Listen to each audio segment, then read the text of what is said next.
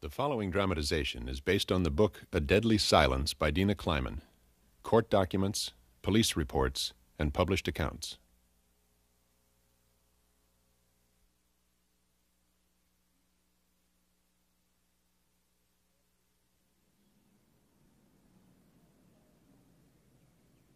The Pearsons and the Costers have lived near each other for as long as any of us can remember.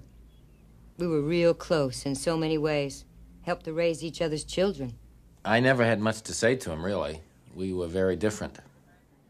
She never said, how come you're not doing it? Or, like, what, are you scared? It was more like, Sean, things are getting worse, you know?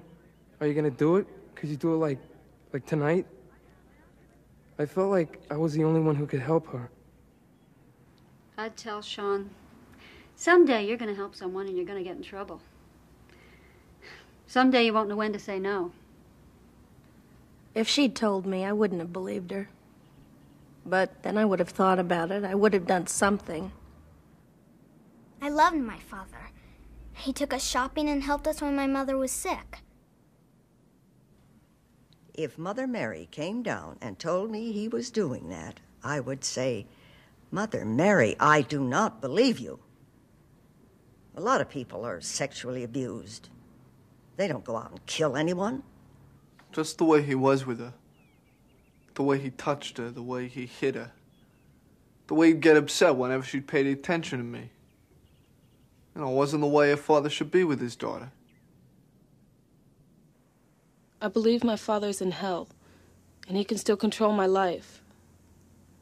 A lot of bad things are happening that I think he's making happen.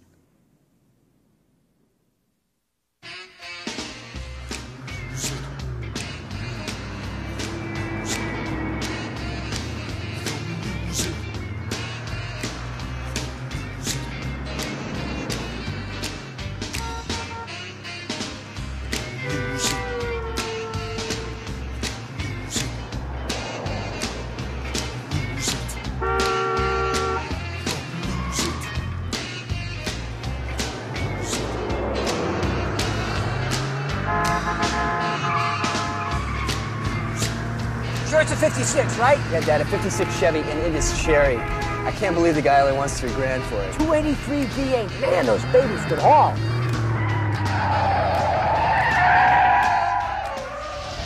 Right here? You know where that gas cap was? Yeah, Dad, you said. Underneath the damn taillight. Right underneath the damn taillight, you'll flip this little thing up and there's the gas cap. The coolest car you ever saw. Your old man was real cool, right? Yeah. Pretty cool. Cool. Here. Look, the car's out back. We'll just go through the hall. Hey. Yes, sir. So in 1957, they go from a 230 to a 275, right? Right. They chop a foot off. They add this funny fit. It's worth twice as much money as it would have been.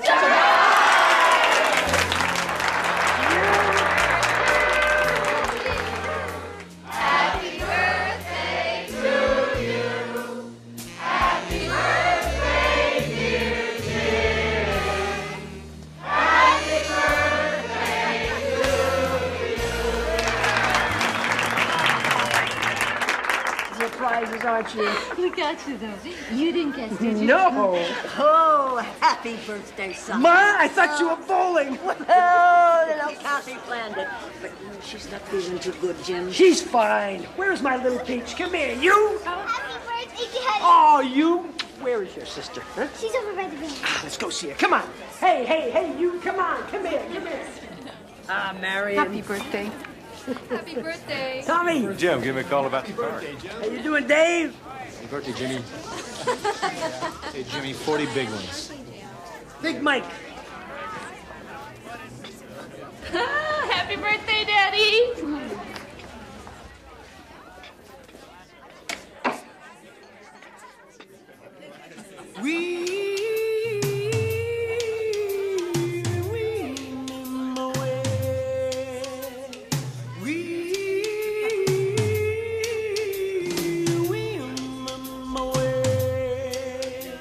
Are we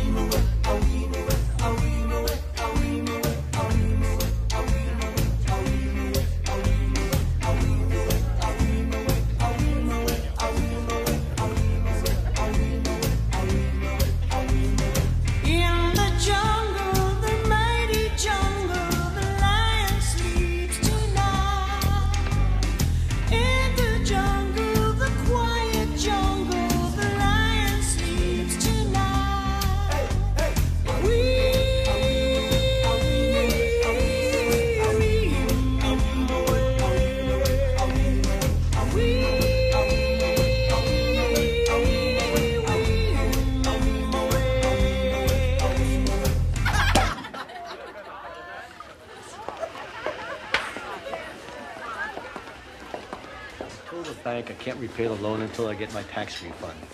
Now they want to repossess my camper. How much you need? No, Jim, I'm not asking. No. You got a problem. You come to Jim. Now, how much you need? $2,200. $2,200, that's nothing. You come by the house tomorrow, I'll give it to you in cash.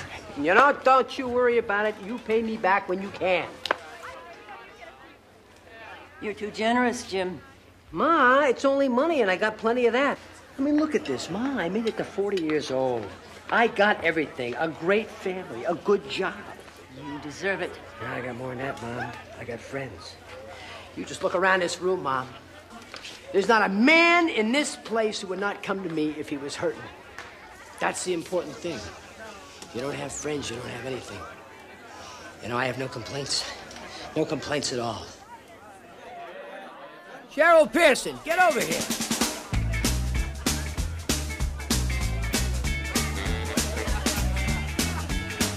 So you gonna dance with your old man or what? This is my party. This is my music. Better than the junk you kids listen to. Some girls pop and some girls swing. Some like pop more than anything. Some guys dance and some guys don't. Some have girls that say they won't. I know something you all could use and not just. Had a good time, huh? Yeah. It's a great party. It's all for you.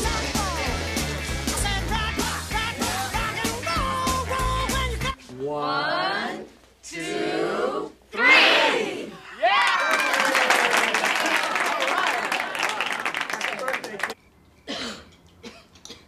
Eat your vegetables, sweetheart. Can I have some water? Joanne, you know the rules. You've got to finish your dinner first. Jim, why don't you just let her have her Kathleen, she cannot have any water until she finishes her dinner. Hey, I thought I told you to get a haircut. Well, I haven't had time, Dad. I got a lot of the stuff. Don't talk back to me. When I say get your hair cut, you get it cut. Yes, sir. Joanne, would you get me my pills? They're in the kitchen on the table. Thanks, hon. Cheryl's turned into a good little cook, hasn't she, Jim? Certainly has. So, who's gonna watch TV with me? I gotta go. What? I gotta go. What are you gonna do? Go out and hang around with those jerk friends of yours, huh? When are you gonna get a job, huh? When are you gonna be a man? Do I gotta support you for the rest of your life? How about you, sweetheart? You gonna watch TV with your old man? Sure, Daddy. I just gotta do the dishes. Kathleen? Kathleen, what are you on the booze again, huh? Stumbling around like that? What are our friends and neighbors gonna say? Come with me. Come with me.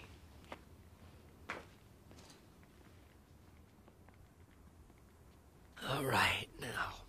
You comfortable? At least we got you out of the hospital, huh?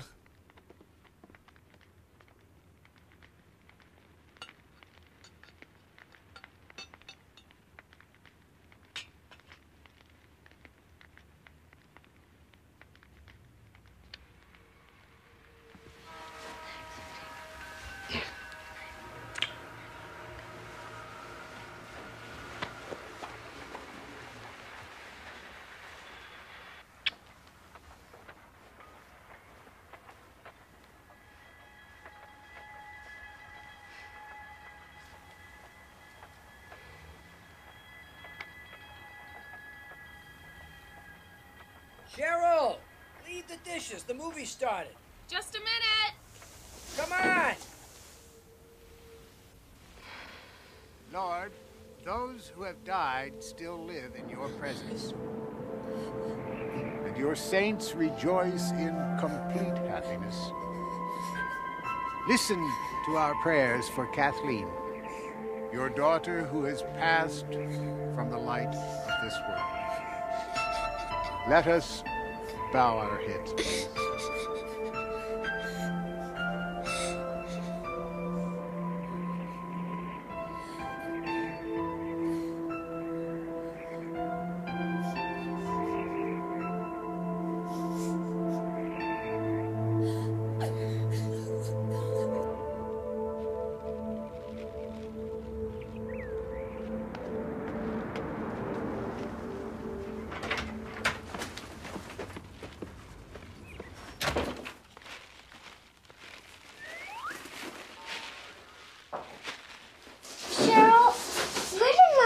Standish come from?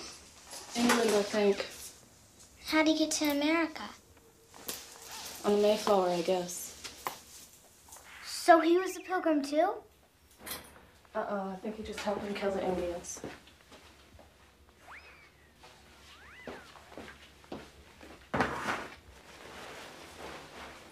Cheryl?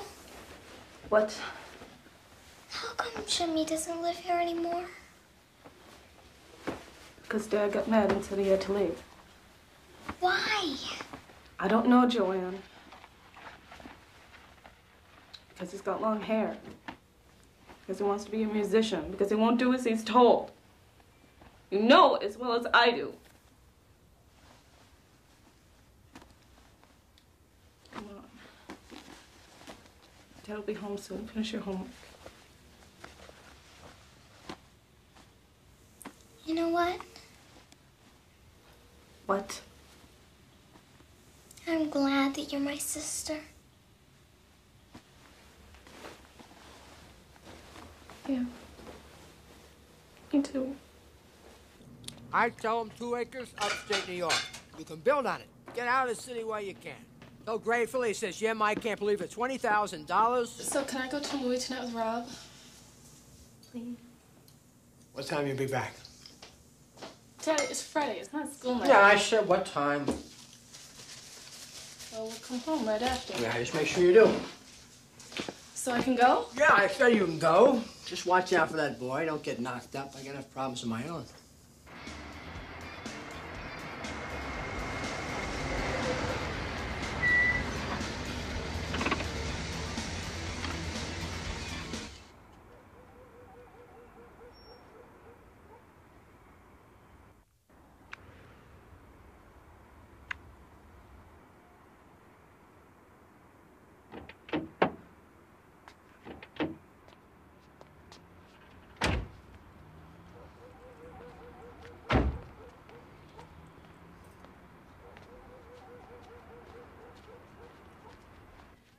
Dad, I'm home. Daddy? Dad? Yeah, I heard you. So how was the movie? It was okay.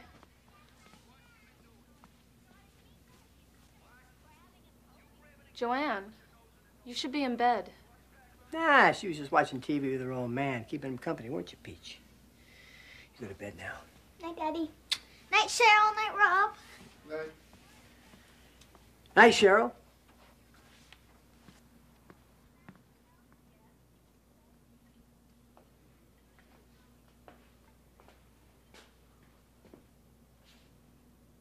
Hey.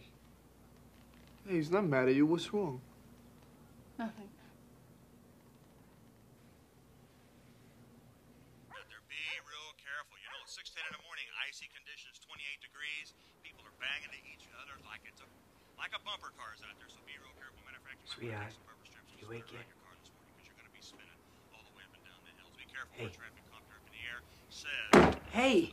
it's a parking lot, so be careful on your way to work this morning. Don't forget Big Are you Bob awake Day yet? this weekend. Big Bob's discount free. You got to go out there and check it out. I went down to South Office. Yeah, well, you were late for school yesterday. I do not want you to be late for school again.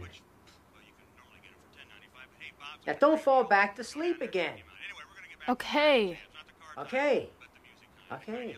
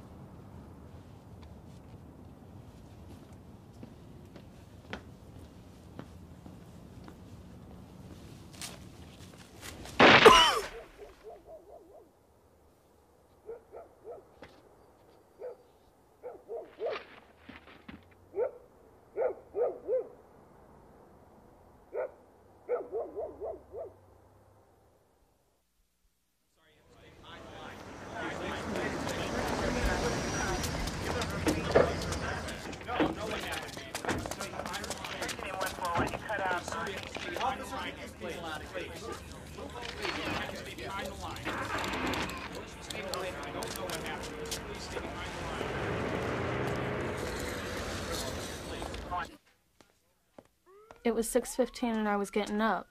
And I got to the door and I saw him lying there, so I ran up to see if he was okay. And then what happened, Cheryl?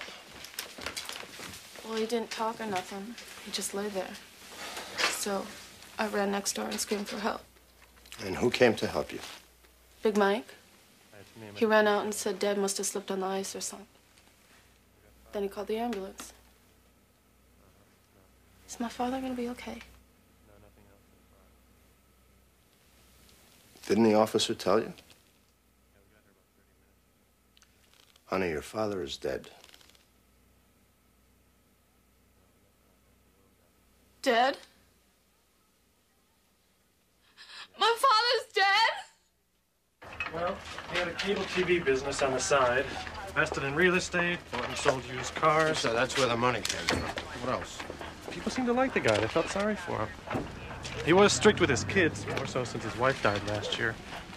He's been having real problems with his son. My brother was a fine man. Everybody liked him. He was... Yo, Grandma, what's going on? Hey, Rob. Okay, folks. Time to hit the road. Y'all got homes to go to. Come on. That's the way. All right. Good job. Hey, this is yours, right? All right. Cheryl, we got anything for dinner? I'm starving. Don't you know what's happened? Yeah, I know, Aunt Marilyn. I'm the boss now. It is a great loss knowing someone died that was so dearly loved. He treated some people like a brother or sister, some people like a daughter or son. Our dad believed in telling things how they were. He was strong-willed, but soft-hearted. He cared for a lot of people as they cared for him. And he'll always be in our thoughts in everything we do.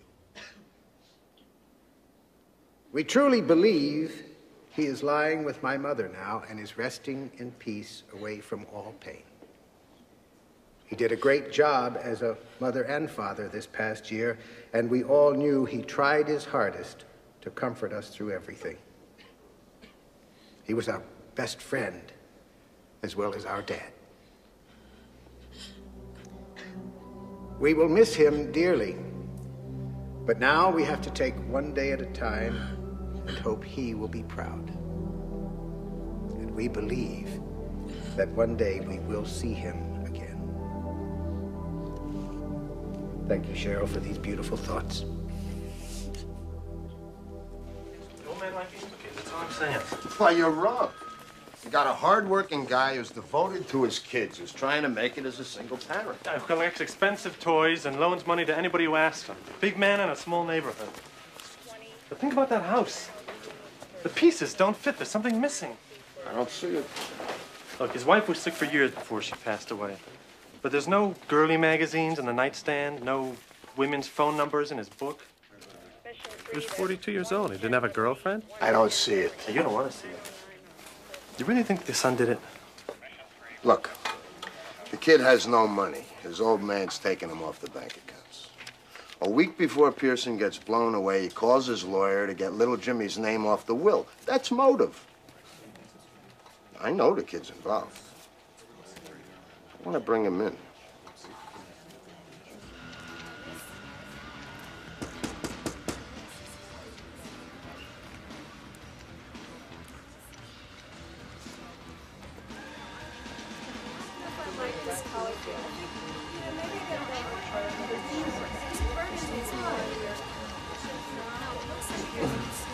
How you doing? Good, Jimmy, good.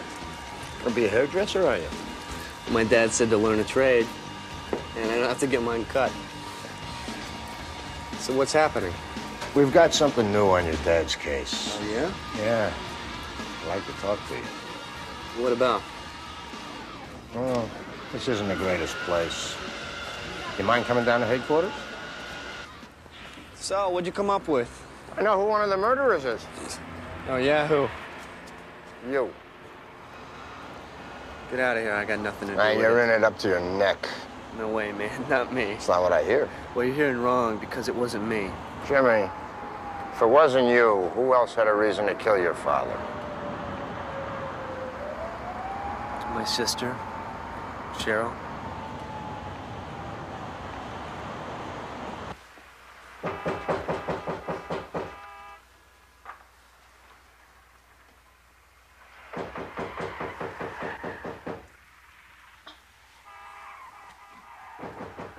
All right, I'm coming.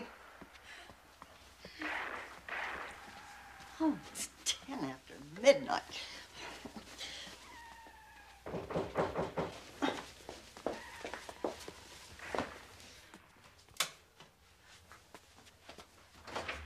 Oh, hello, Detective. Sorry to come by so late, Mrs. Pearson. Oh, as long as you're here, you might as well come in. Thank you. Call me Mom. Everyone else your age does. Remember, I promised I'd find out who killed your son? Well? You're not gonna like what I have to tell you.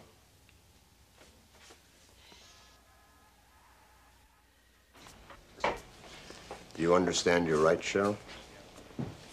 All right. Now, Rob told us most of it, but I'd like to hear it from you. When did it start? When I was 11. How did it start? Wrestling. We'd just be wrestling around. What would happen? He grabbed me. Where did he grab you?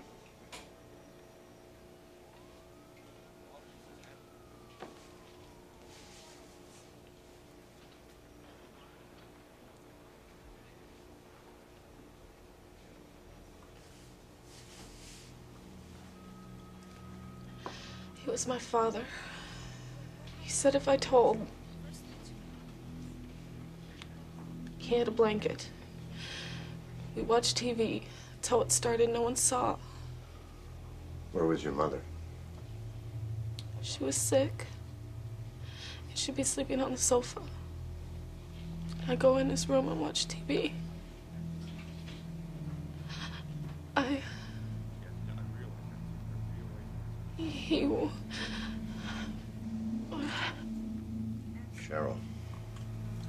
Cheryl, I know this is hard for you, but you don't have to feel bad because it's nothing we haven't heard before. When did he do this to you? At night. Late at night. Where was your sister? Asleep in her room. And your brother? Working. Out working or sleeping.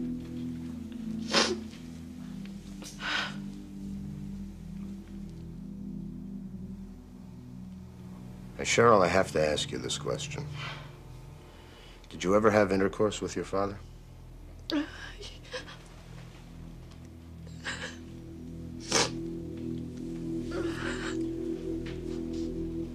How old were you? 13.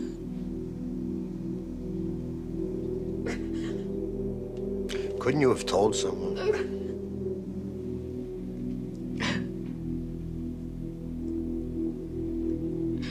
I didn't think anyone would believe me.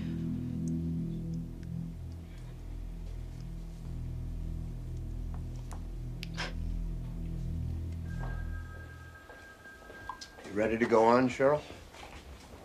I guess. Okay. Tell me what happened.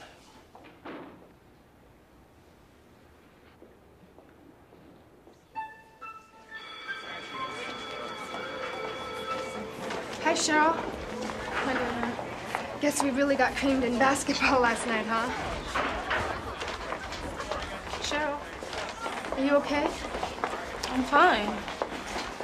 Is everything all right with you and Rob? Yeah. Everything's great.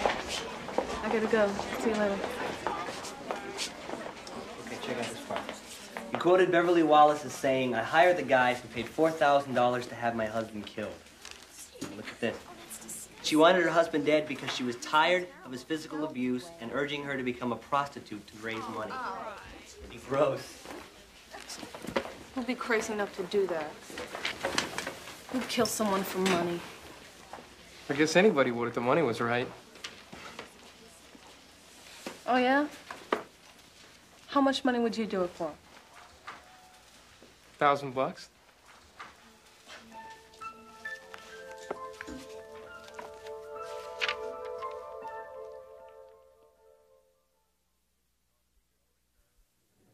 Sean Pica, you are charged with second-degree murder. You're also charged with second-degree conspiracy. How do you plead? Not guilty. Robert Cuccio, you are charged with conspiracy to commit murder. How do you plead? Not guilty. Cheryl Pearson, you are charged with second-degree murder. You're also charged with second-degree conspiracy. How do you plead? Not guilty.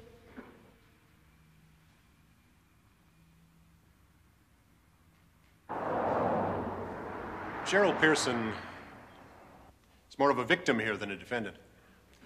She's been a virtual prisoner in her own home for the last 5 years. Her father was a large man, powerfully built.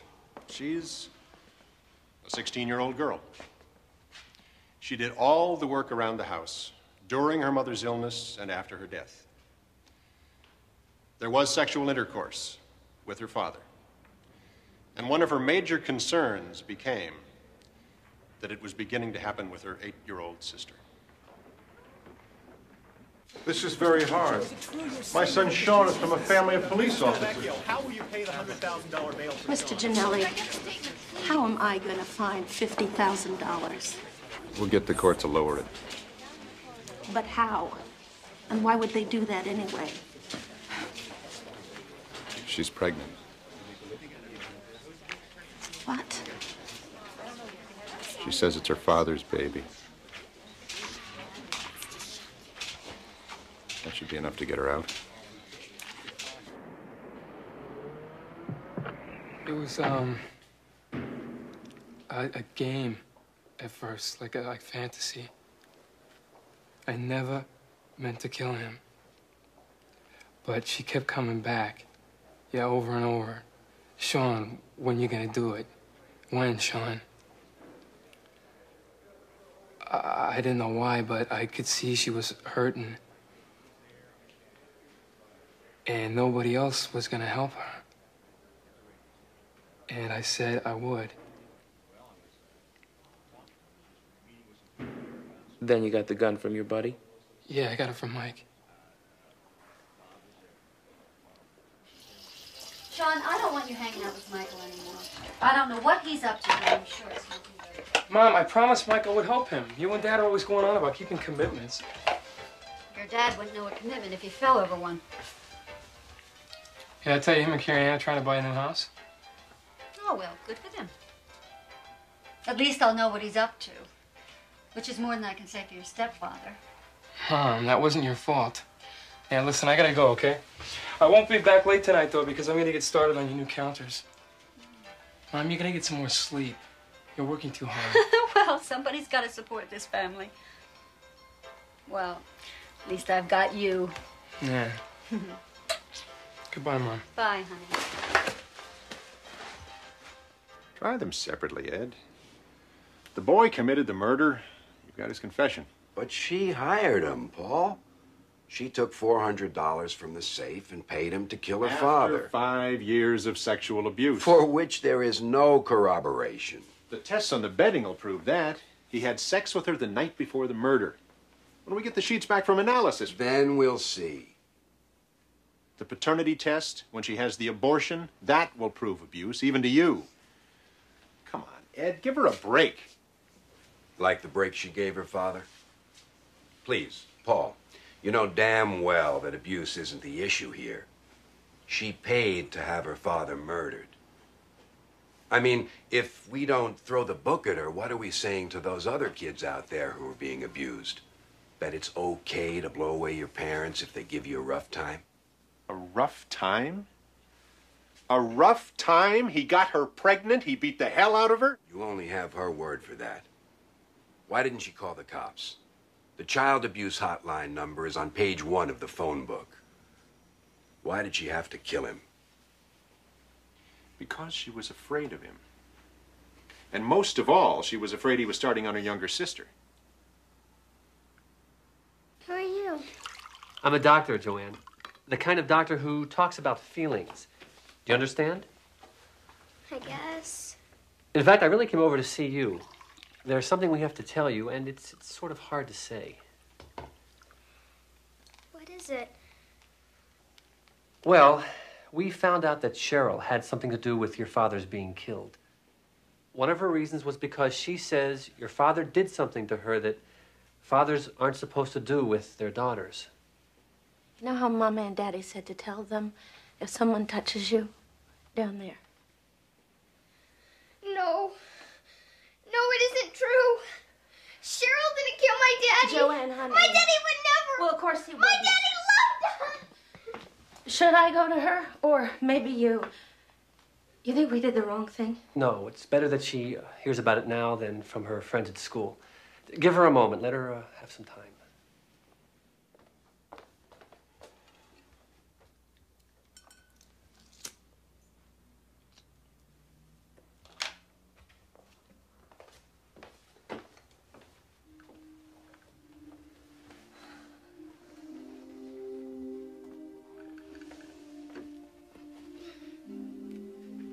This is my brother Jimmy at his graduation.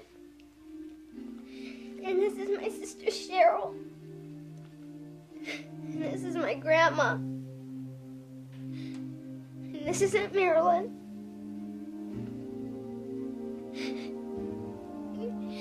And here's my mom with my dad.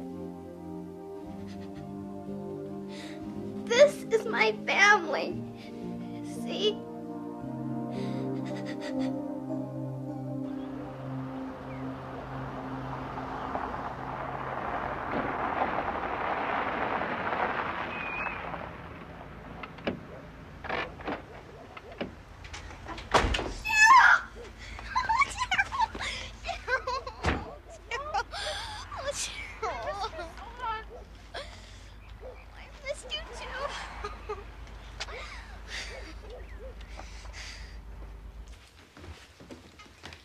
You'll share Kim's room, and Joanne will sleep with me.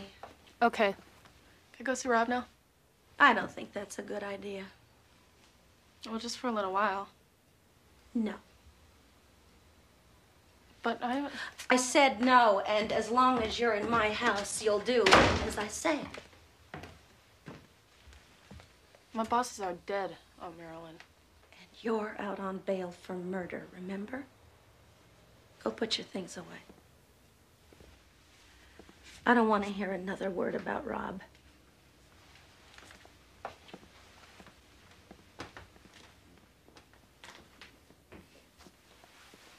How did your father feel about Rob?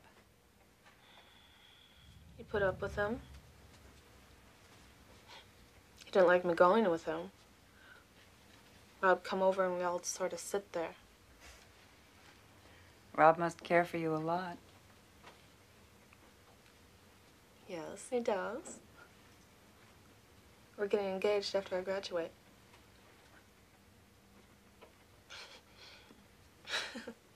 He told his parents. Did you tell your father?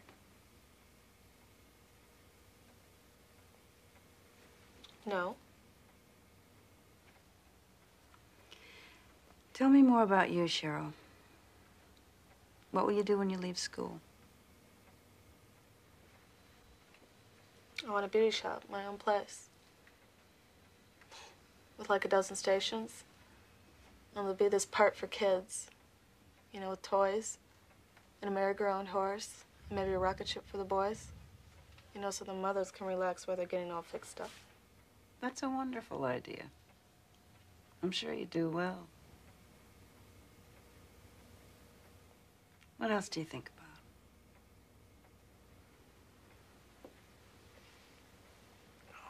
You know, getting married. Stuff like that.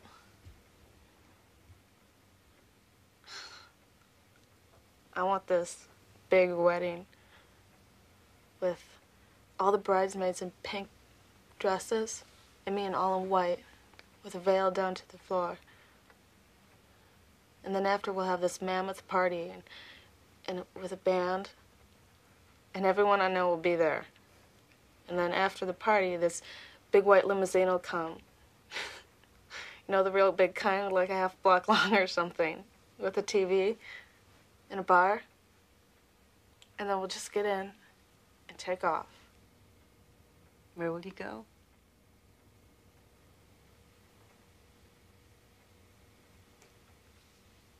Away, I guess.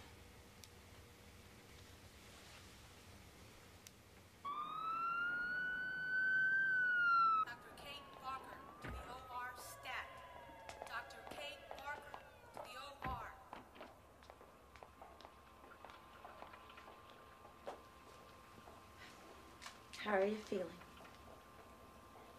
It hurts.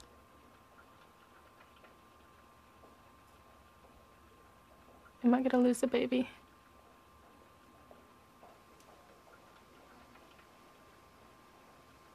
Don't be scared, okay? It'll all be over soon.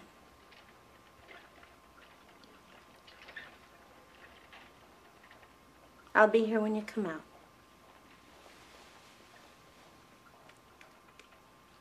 Don't worry.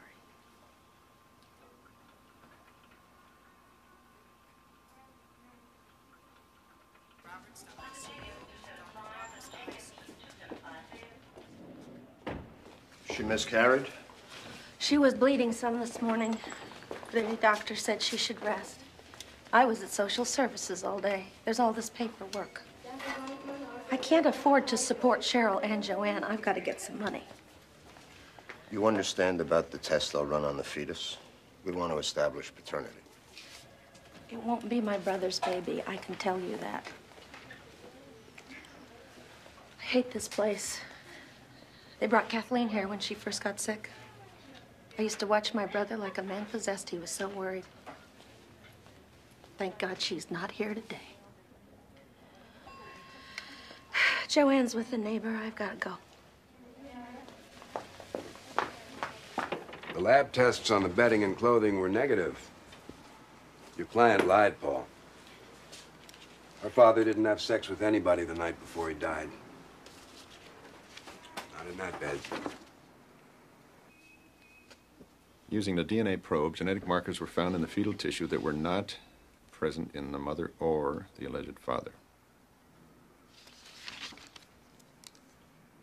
It was the boyfriend. The baby's not Pearson's, it's Rob's.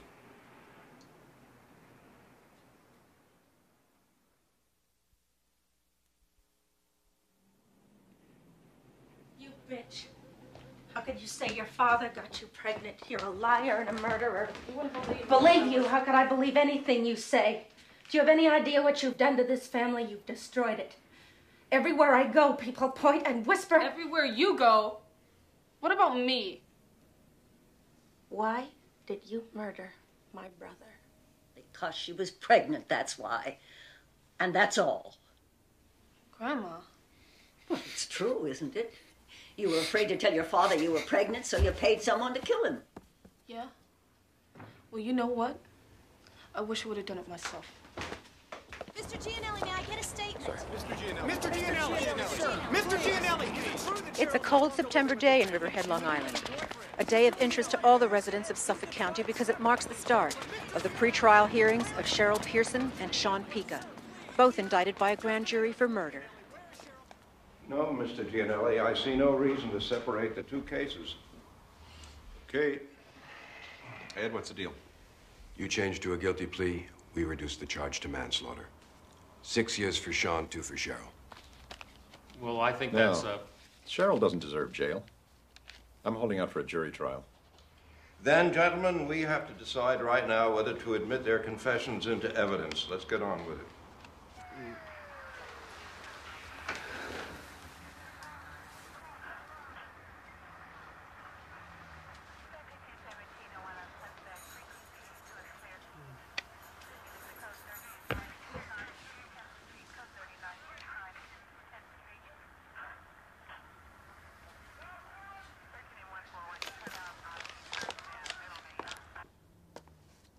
You wanted to stay with us.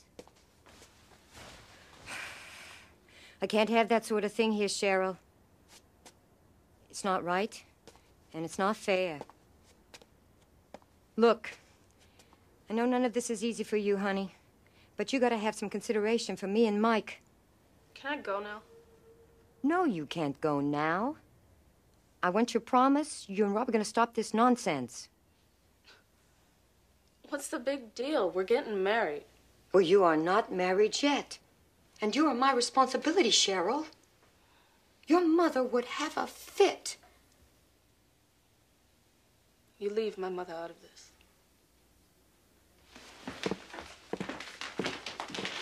Where are you going? Out. I'm not in jail yet, Alberta.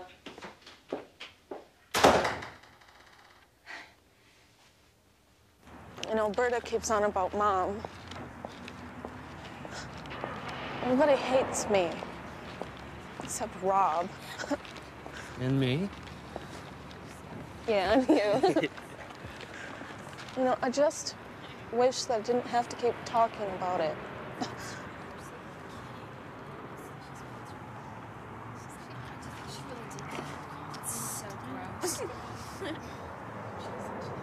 I don't regret doing it, you know. Listen, there were times that I wanted him dead, too.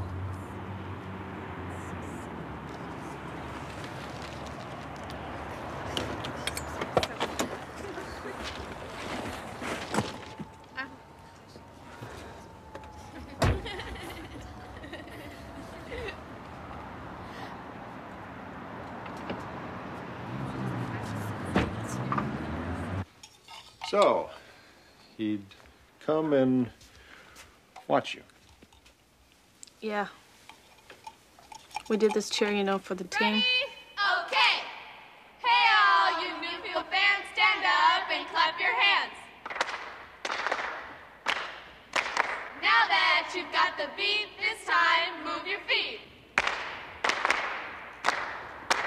Newfield will never lose, 'cause we can really move. We got the power, we got the might, we got the team that's here to fight. Go Wolverines! Yeah! Then what would happen? Then we'd come home, I'd take a shower, you know, and there he'd be. Where would he be? Right there in the shower with me.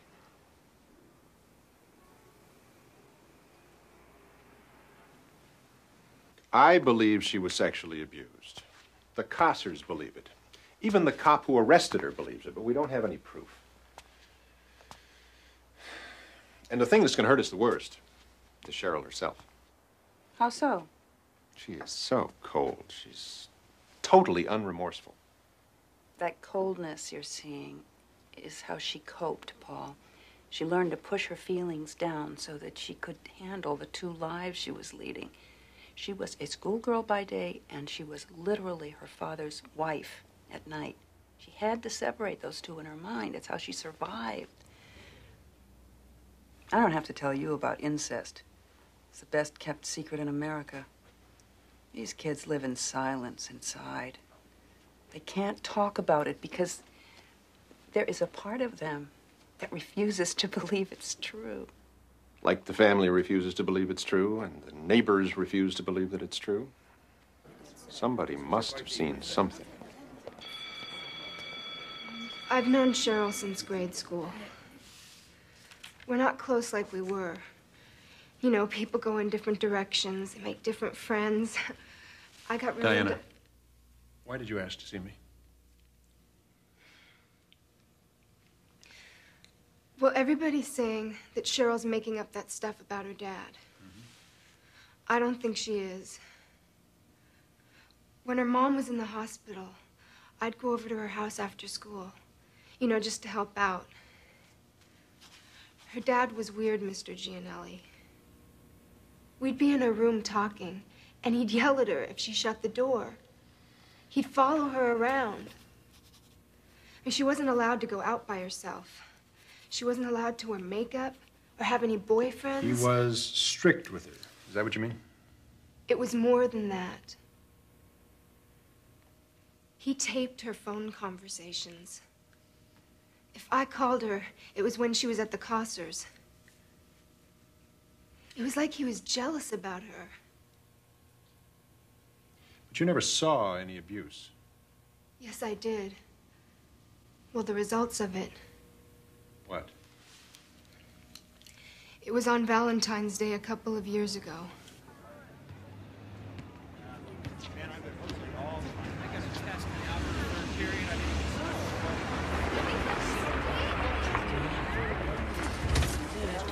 Okay, what about this boy, Glenn? What about him? What about him? I know what this boy wants from you, even if you don't. I want you seeing him in the mall. Yes, Daddy. Yes, Daddy. I bet you made him a Valentine.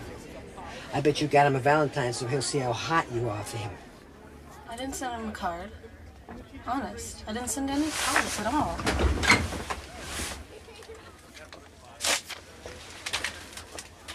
What's this?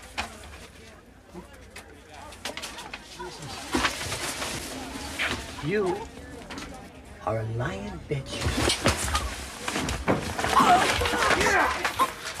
Did you see what happened? He punched her in the face for sending a Valentine's card? That's how possessive he was. Like a lover, not like a father. I knew something was going on. How did you know? I asked her. I'll never forget her face. She looked so lost. It was like she wanted to tell me, but she couldn't find the words. I mean, I asked her if something was going on with her and her dad. And she didn't say no.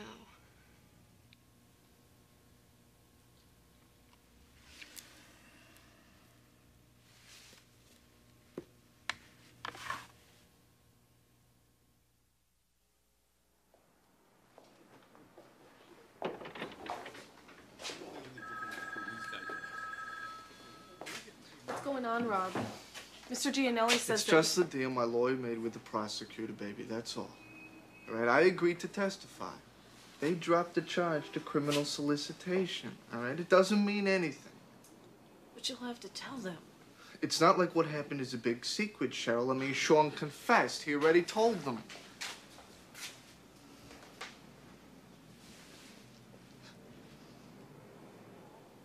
And you'll have to testify against me?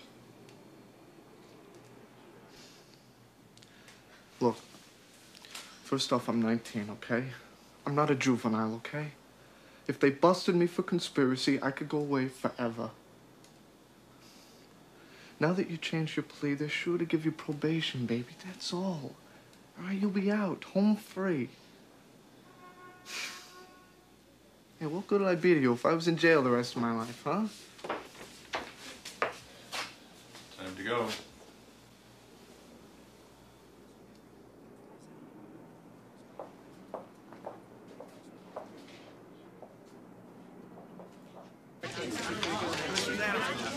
Alan, can you... Excuse me. Please. You're not going to believe this. She changed her plea to guilty. What? She and Pica are pleading guilty to manslaughter. They got cold feet. Because Rob turned state's evidence. Well, I guess Gianelli thought it would be better for Cheryl. I see you in court.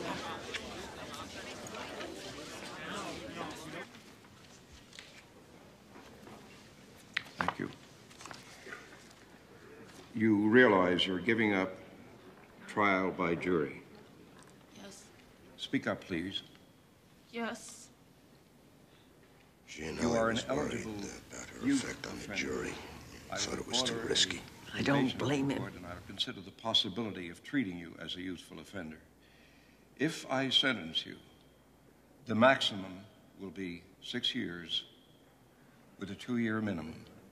You'll get no more than that.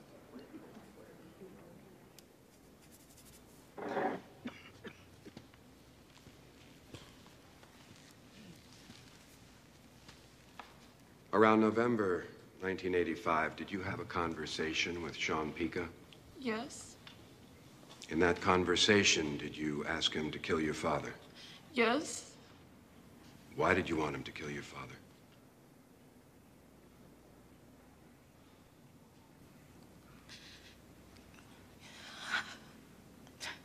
He was sexually abusing me.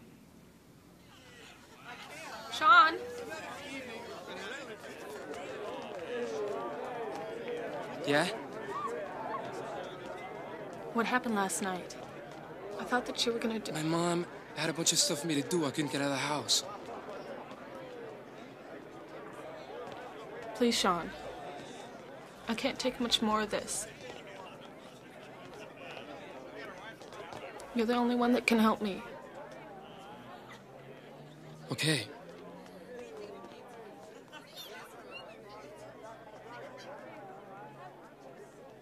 You understand you're giving up trial by jury. Yes. I promised your attorney I would consider giving you youthful offender treatment.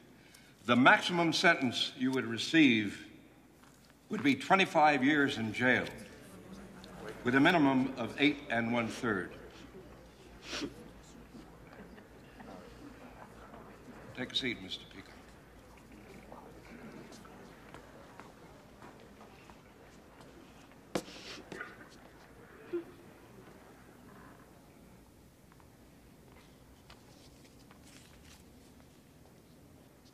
Did you have a discussion with Cheryl Pearson in November 1985? Yes. Did she indicate that she was being abused by her father? Yes. Sexually abused? Abused. And on the morning of February 5th, 1986, did you load that rifle? Yes. With how many rounds? 5.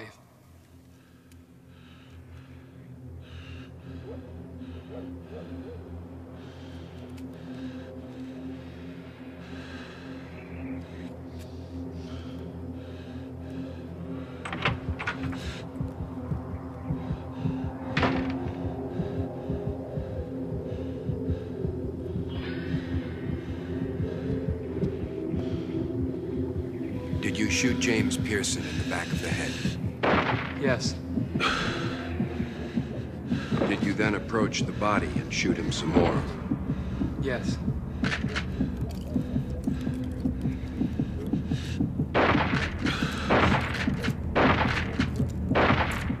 And in school the next day, did you receive payment of $400? Yes. From whom? Rob Cuccio. And there came a time when you requested additional money?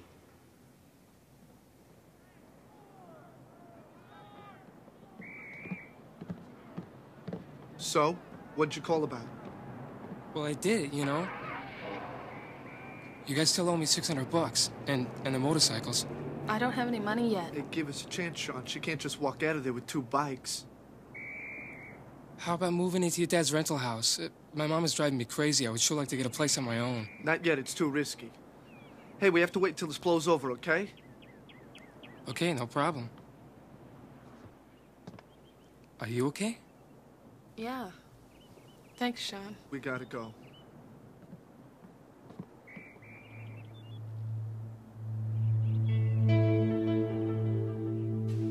You've been Sean's psychologist for almost a year now, right? How would you describe the effects of his parents' divorce on him? Well, most children blame themselves when a marriage fails. Subsequently, there was a stepfather, as you know, who also abandoned the family. Sean witnessed the verbal and physical abuse of his mother and also experienced abuse himself. And the other 2 doctors who examined Sean, did you all come to the same conclusion? Our consensus was that it is most probable, psychologically and psychodynamically, that Sean unconsciously harbored enormous resentment and negative feelings towards his father and his stepfather. Now, the transference of that anger towards this... Yes. But what does that mean? Well, Mr. Effman, essentially what that means is the man that Sean killed was not Cheryl Pearson's father at all. It was his own. Money was not a motivating factor for what Sean Pica did. This was not murder for hire. He made a commitment to a friend, and he kept it. I have no messages to send to society, Mr. Pica. But I do have a message for you, one that I hope you will think about during your time in prison. You are not being punished for your loyal assistance to a friend. You are being punished for asking for $1,000 and executing a man from ambush. Sean Pica, having committed manslaughter, I hereby sentence you to a maximum of 24 years in jail with a minimum 8-year term. Oh, God, oh, Joanne. I'm so sorry, Joanne.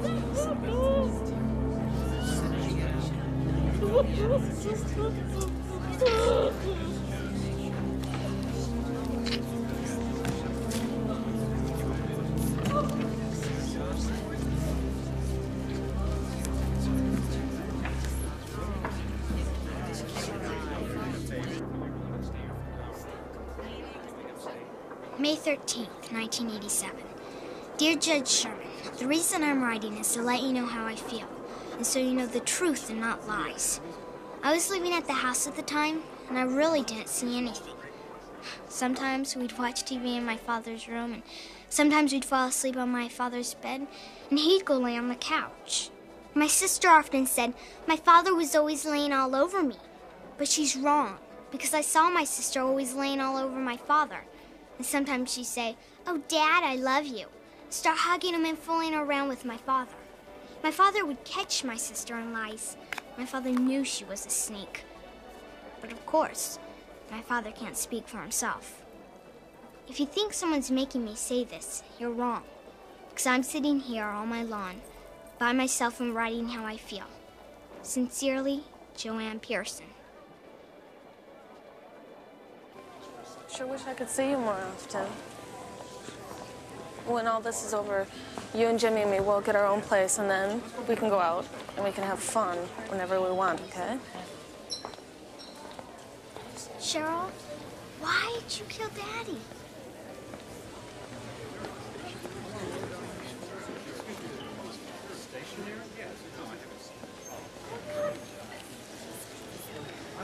Because he was abusing me.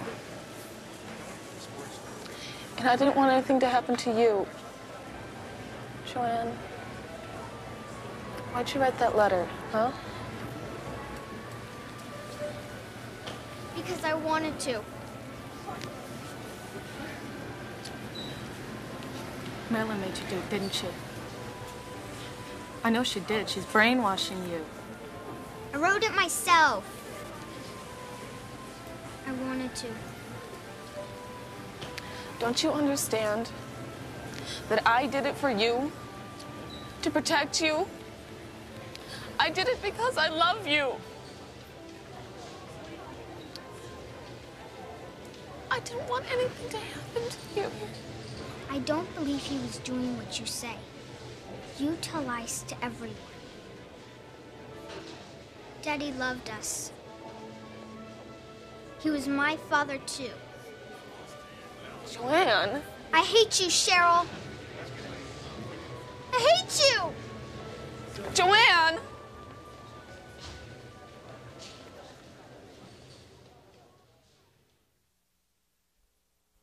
It was in the car when me and my dad went to see my mom in the hospital. He touched me then. And how did you feel about that? First, it made me happy because before then he didn't even know I existed.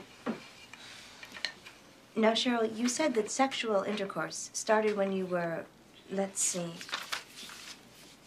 13? Uh-huh. And what were the usual circumstances? Mostly it was just touching, you know. Like I'd touch him and stuff. And then when Mom died, it was like the whole thing, like 2 or 3 times a day. Did your father use birth control?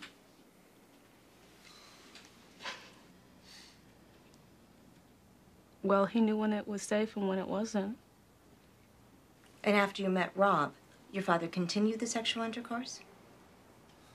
Yeah. He said, pretend it's Rob.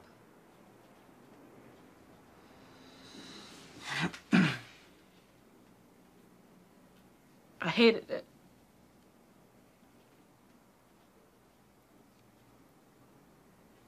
The probation department finds Cheryl unremorseful, totally dispassionate, self-centered, and immature. Although it seems likely that she was abused, it cannot be substantiated. Further, we feel the defendant was aware of possible alternatives available to her. Acting in concert with her paramour, she decided to pursue a course of action which resulted in her father's murder.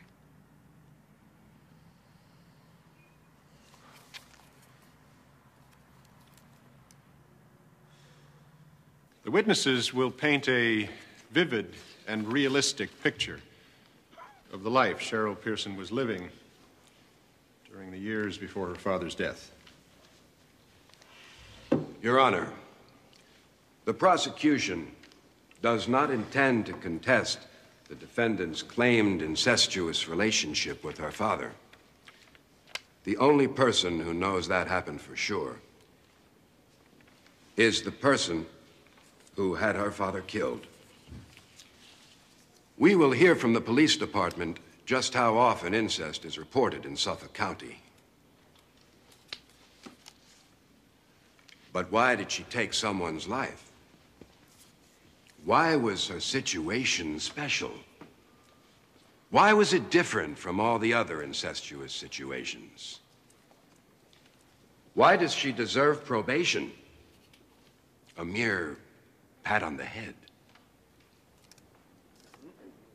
I thought Jim, Mr. Pearson, that is, I thought he was too rough on the kids. Like at meal times, they weren't allowed to talk. And he was physically rough with them. It would start with kidding around. And he'd pull their hair and he'd say, "What do you say to me?" And he wouldn't let up until he heard, "I'm sorry, Daddy." What else did you observe? Cheryl was always in the bedroom with her father watching TV. Kathy told me she wanted her out of there. And, where would Kathy be? On a couch. She even talked to Jim about it. He accused her of being jealous. Cheryl and Joanne came over for dinner. And Joanne up and says, "Cheryl slept with Daddy last night." Did you suspect sexual contact between Cheryl and her father? Yes. Did you go to the authorities? I did not. But I didn't see anything. How could I be sure? I was afraid of Jim. If Cheryl Pearson had told you that her father was abusing her, would you have done something to help? Yes. What would you have done? Told my husband. Taken her away to someplace safe.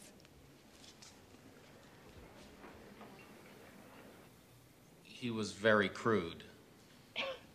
Always smacking the children, pulling their hair, punching them.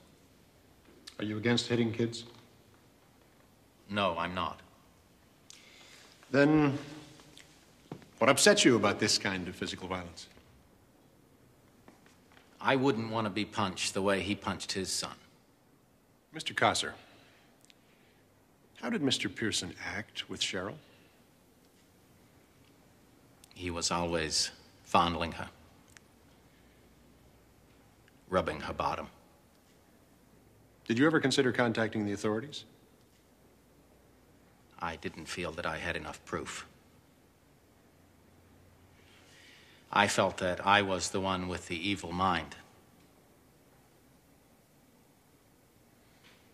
Me and Cheryl were on the phone, and suddenly she says she's got to go take a nap with her father. I told my mom, and she said to call the police. I talked her out of it. Did you witness contact between Mr. Pearson and Cheryl? Yes, he'd lift her over his head, and his hand would go between her legs. You told your mother? And what did she do? Nothing.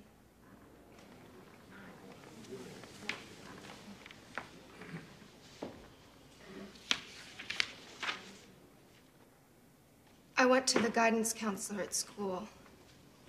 I went twice. The first time she was busy. My father said to go and speak to her again. I told her I thought something was going on with Cheryl and her father. And what did the counselor say? She said, I can't take your word for it. Cheryl will have to come and see me herself. Why did you assume something was going on? Her father was so possessive. She couldn't talk on the phone. He'd come to school and watch her.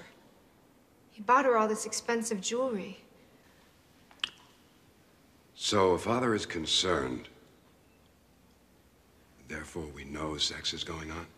Why did you think it was sexual? It wasn't normal.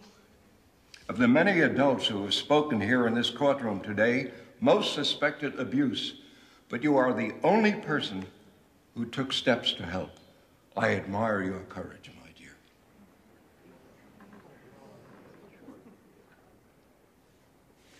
Your Honor, if the prosecution has no objection, I'd like to call James Pearson, Jr. I realize he has been in court through the proceeding. Mr. Jablonski? No objection. I think the court is more interested in information than procedure, Mr. Gianelli. Call your witness.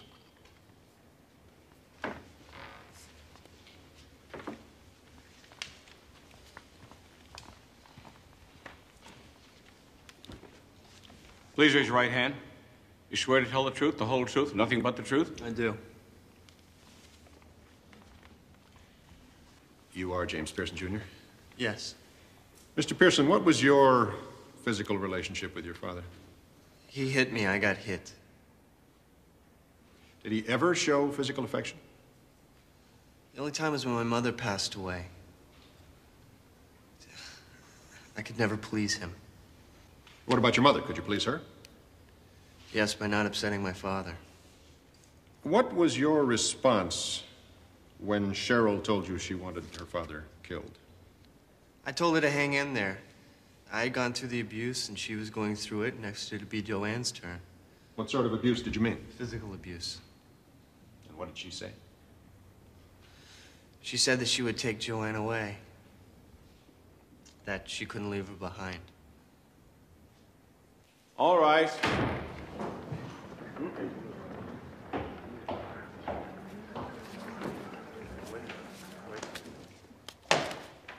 Mr. Gianelli, call your witness. Thank you, Your Honor. I call Cheryl Pearson to stand.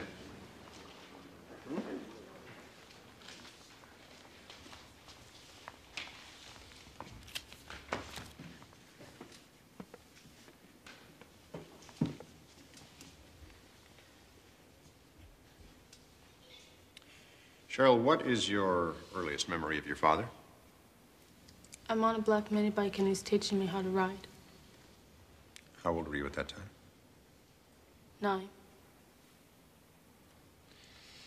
Now, while your mother's health was good while you were young, did there come a time that changed? Yes. When I was about 11, she was hospitalized a lot. And what would happen when you went to visit her? My father and I would talk and stuff in the car, and my head would be in his lap, and he'd touch my back and rub my rear end and make me sit close to him. How did that make you feel? I thought he was showing affection. Made me feel happy. Miss Pearson, will you please speak up? I thought he was showing affection. It made me happy. Did you ever consider asking him to stop doing that? I asked him why he was touching me, and he said he touched me because he loved me and to never let anyone else touch me. Now, as you grew older, did things change? Yeah. He got more possessive. He'd go in my room and go through my pocketbook, and I was always saying I'm sorry. And if I didn't, well, he'd get very tense and pick a fight with my mother. And when you let him do what he wanted, He'd be calm, normal. Now, you heard Alberta Kosser describe how she spoke to you about your relationship with your father. Do you recall that conversation? Yeah. She was in the kitchen with my mother, and I came out to get my dad a soda.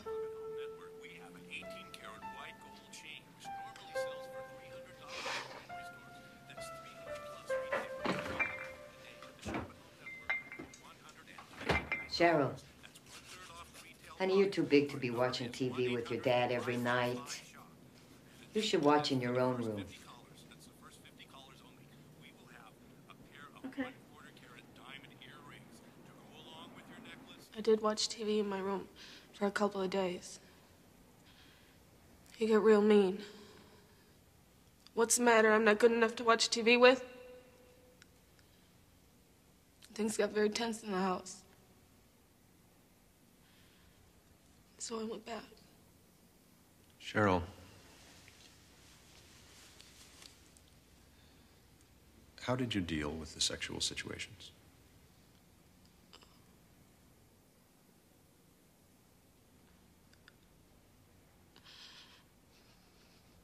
I just lie there.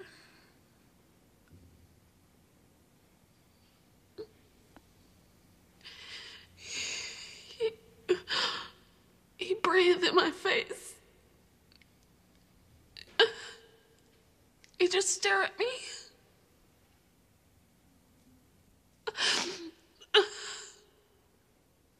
I put a pillow over my face until it was over. I blocked it out.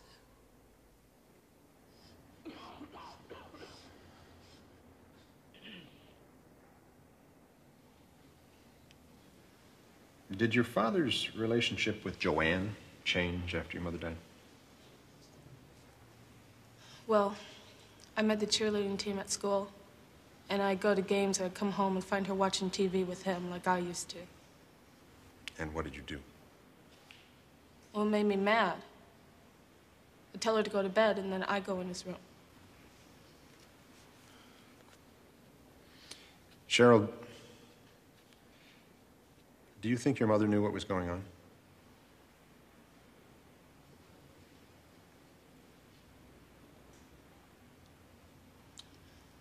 When she was sick, and he'd be with me, I'd say, I can't believe you. Your wife is in the hospital in a coma, and you're here with me. And he'd say, don't you run guilt trips on me.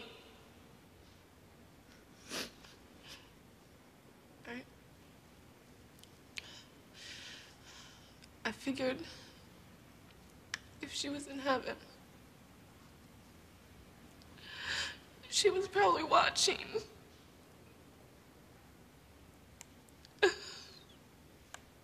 I figured she must be pretty mad at me.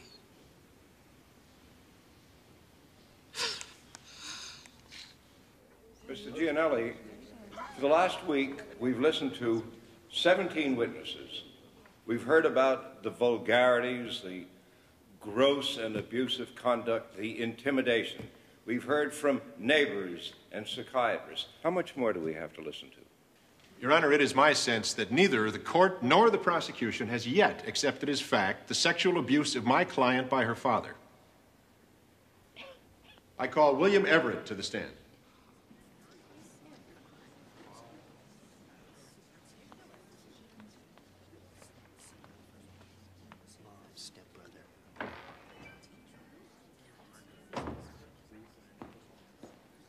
Raise your right hand, please. You swear to tell the truth, the whole truth, nothing but the truth? I do.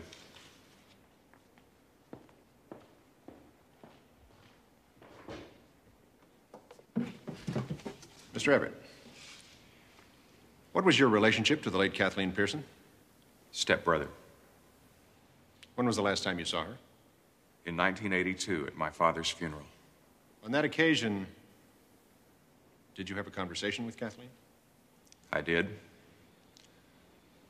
I was taking her to the hospital, and I asked her why all of a sudden she needed kidney transplant. She told me her kidneys had deteriorated because of the beatings James Pearson had given her. What did you say to that? I asked her why he had beaten her. She told me he had been molesting Cheryl and she'd confronted him about it. She further told me he said she had better say nothing more, or the next time the beating would be worse.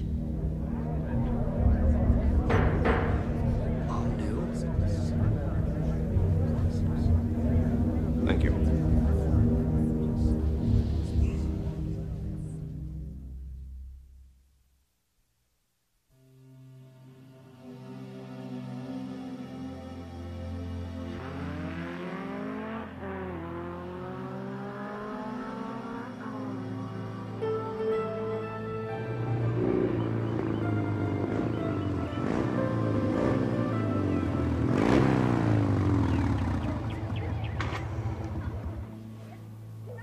You like that, huh? Yeah, can we go again soon? If you're good.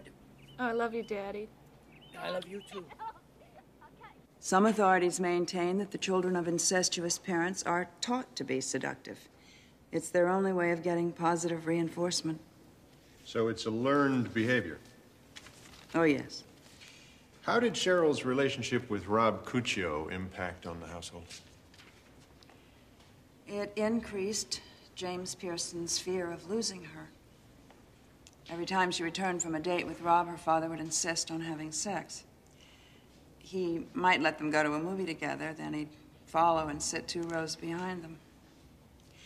And as she saw more of Rob, her father was alone more with Joanne. In your opinion, Doctor, did Cheryl have reason to fear potential sexual abuse of her sister? Yes. In 40% of incest cases, the perpetrator will start to abuse the younger sister. The nightmare of this court, Doctor, is that some other abused 15 or 16-year-old is going to read about this case and think murder is acceptable. Oh, yes? Well, my nightmare, Your Honor, is the victim of an incestuous parent thinking it's better just not to say anything. When Cheryl Pearson goes to jail, we'll be saying it's the wrong thing to kill the abuser.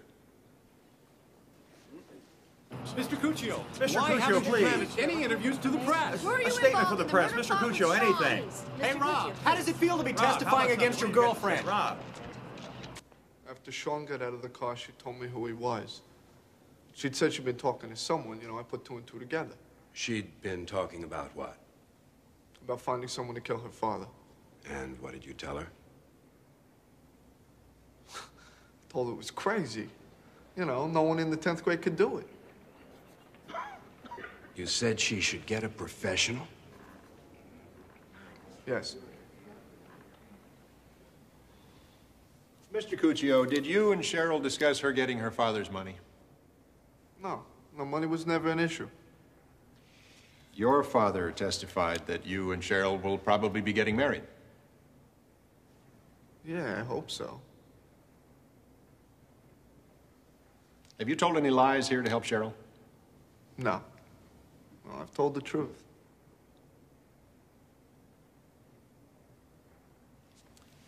Thank you. Cheryl Pearson fits the profile of a sexually abused child. The last thing the district attorney's office wants is to convict her of murder and give her 15 years to life. James Pearson was a terrible father, and we would have loved to prosecute him for his conduct. But we never got the chance. We never got the chance because Cheryl Pearson was prosecutor, judge, and jury. She decided that another life should be taken. She arranged it.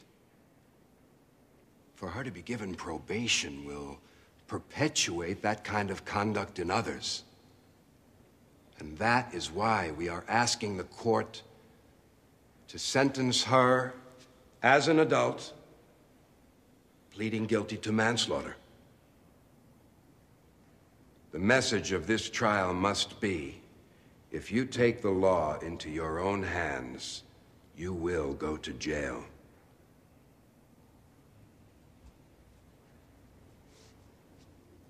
Yes, taking a parent's life is the most shocking thing a person can do.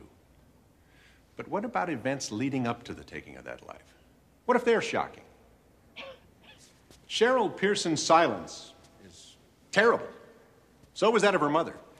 Kathleen Pearson went to the grave with her secret and left her daughter to live a life of hell. But the most deadly silence is that of the community in which Cheryl Pearson lived. That is shocking. Think of Cheryl during that last year of James Pearson's life. Think of the mixed signals she was getting. More freedom to be with Rob, which resulted in more contact between her father and her little sister, who she wanted to protect more than anything. Think of the pressure of her boyfriend knowing she was having sex with her father. Think of that. All this on a 16-year-old girl. The toughest thing for this court to accept is that there was help available. It would have taken so little for her to tell someone. Like Mr. Jablonski, Your Honor? He wouldn't have believed her. He'd have demanded proof.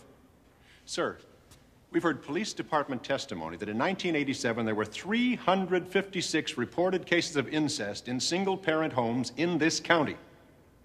Not one report was made by a victim. In asking you to not send Cheryl Pearson to jail, I would also ask that you consider the kind of girl she is. She's not a streetwise kid. She's an immature, sheltered girl of the suburbs. At some point, she's going to have to put all this behind her and get on with her life. She did live through the hell of Magnolia Drive.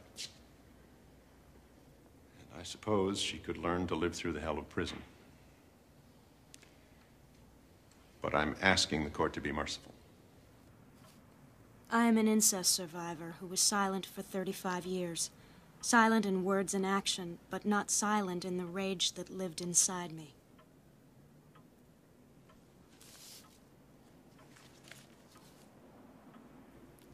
As a desperate and terrorized 14-year-old, I seriously considered killing my father. I wanted to sneak up on him in his sleep as he did me.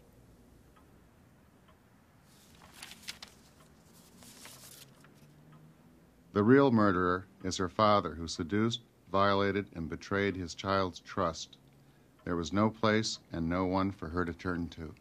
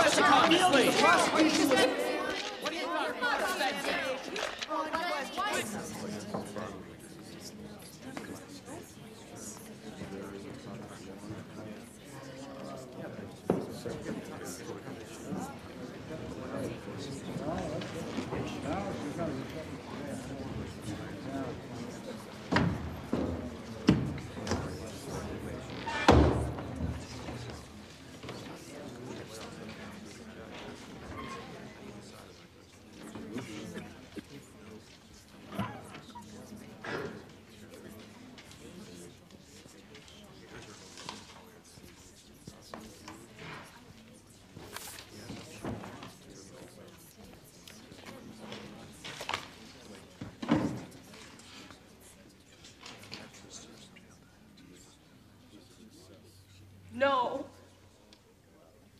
Oh, no! Oh, baby. All rise.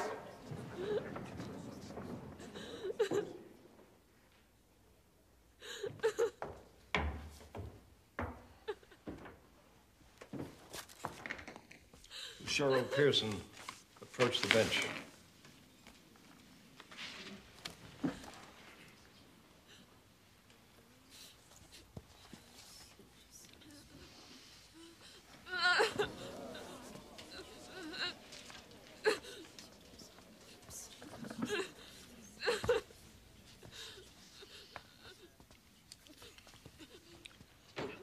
Is there anything you wish to say?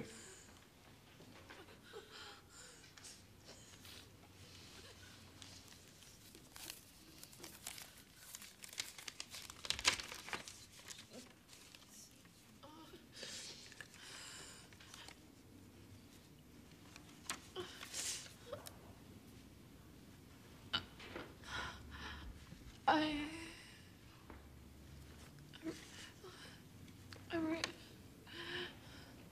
realized that what I did was wrong. I'm sorry. Is that all? There are some things that I want to say. During the course of this proceeding, I've received over 100 letters from people urging me to be lenient with you. Most were victims or survivors of domestic violence, including sexual abuse and incest. Many of them exhibited great sympathy and interest for what you suffered and your need to escape, although none of them condone the method you used to end your plight, and nor do I. The publicity and interest engendered by your misfortune may produce some benefit for other victims who seek a way out of their unhappiness. They must be made aware of the many agencies pledged to help the innocent. Perhaps victims such as yourself and friends of victims who are aware of their condition will be encouraged to report to these agencies and thus avoid the consequences of the actions which you took. Cheryl Pearson, I hereby sentence you to 5 years probation, and as part of that sentence, you are to serve 6 months in the county jail.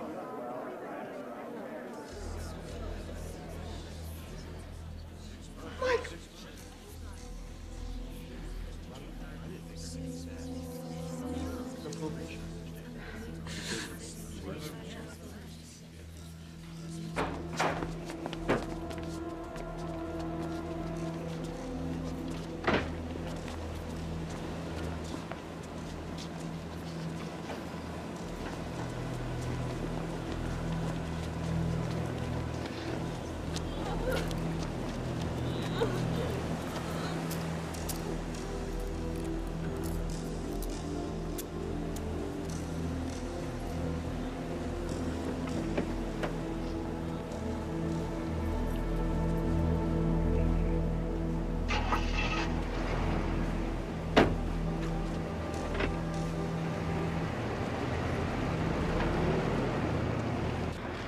In ancient Hebraic criminal law, a daughter was justified in killing her father to prevent incest from taking place. I believe Cheryl was the object of frequent and repeated acts of sexual intercourse by her father, but nowadays help is available for the victim. Nobody has to do what she did. What was I supposed to do? Tell someone? Like Alberta? I didn't want anyone else to get hurt. I wish I could go home for Christmas, Jim. I want to be with my family. Well, I'll be there when you get out. Hey, you, me, and Rob, right? Right. If every day you're in here, I tie another ribbon around that tree across from the house. No, I figure with good behavior and time served, they won't even make it to the first branch.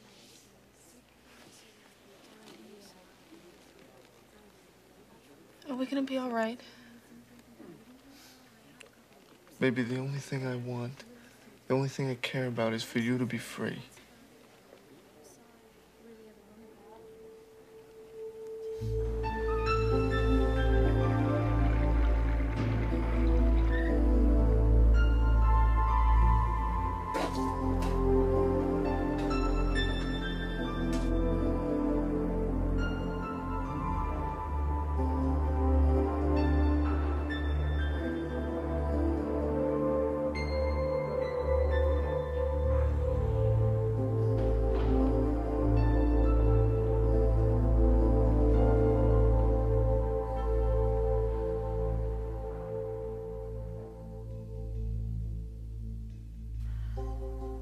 All I want to do is wrap my arms around her and tell her I love her. God help me. I want to kill her. I'll never believe it. It's her word against a dead man's. I'm mad at Cheryl for what she did, but I love her because she's my sister. I didn't like wearing the black hat, but Cheryl Pearson is not the girl people think she is. How could she have been? I wanted to walk out of that courtroom beside her. Everyone failed Cheryl. I wish she hadn't had to die. I wish I'd said something. I wish somebody had said something.